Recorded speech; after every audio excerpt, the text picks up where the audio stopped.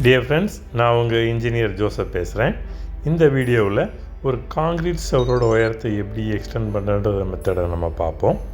இந்த செவர் பார்த்திங்கன்னா பேஸ்மெண்ட்டோட உயரத்தில் இருக்குது. கிரவுண்ட் ஃப்ளோர் ஸ்டார்ட் பண்ணுற இடத்துலேருந்து ஒரு கைப்பிடி செவர் அளவுக்கு நம்ம இதை உயரத்தை கூட்ட போகிறோம்.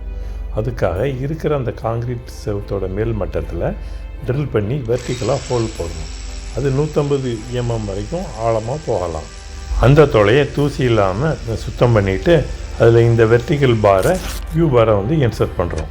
அதை ஃபிக்ஸ் பண்ணுறதுக்கு லாக் செட், கெமிக்கல் க்ரௌட் இந்த மாதிரியான கெமிக்கல் நம்ம யூஸ் பண்ணி ஃபிக்ஸ் பண்ணுறோம். இது நல்ல பாறைமையை பிடிச்ச மாதிரி இறுக்கமாக பிடிச்சிக்கும். அந்த கம்பியில் ஹரிசாண்டலாக டிஸ்ட்ரிபியூட்டர் பார் வைக்கிறோம். பார் தான் நமக்கு மெயின் பார். இதில் ஒரு கோட்டிங் அடிச்சிருக்கு. அந்த கோட்டிங் பார்த்திங்கன்னா கடற்கரை ஓரத்தில் இருக்கிற செவரில் துருப்பிடிக்காமல் இருக்கிறதுக்காக அடிக்கிற கோட்டிங். அந்த பார்க்கு உள் பக்கமாக எலக்ட்ரிக்கல் கான்ட்ரிபியூட்ஸ் போகுது. அது வழியாக வர்ற வயரிங்கில் நம்ம லைட் ஃபிட்டிங்ஸ் ஃபிக்ஸ் பண்ணிக்கலாம். இப்போது ஷட்டரிங் வச்சு மாட்டுறோம். இந்த ஷட்டரிங் ப்ளைவுட் ஷட்டரிங் யூஸ் பண்ணியிருக்கேன். ஏன்னா இந்த செவரை பிரித்ததுக்கு பிறகு நம்ம பூச போகிறது கிடையாது.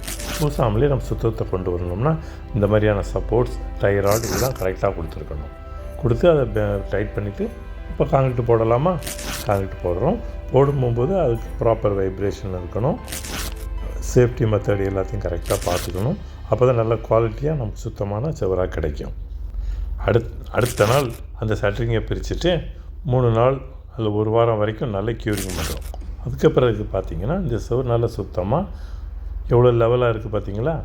கீழேருந்து மேலே வரைக்கும் ஒரே மட்டமாக இருக்குது. இதை பெயிண்ட் பண்ணி ஃபினிஷ் பண்ணால் போதும். பூச்சியே தேவையில்லை. ஏதாவது டவுட் இருந்தால் கமெண்ட் பண்ணுங்கள். Thank you friends.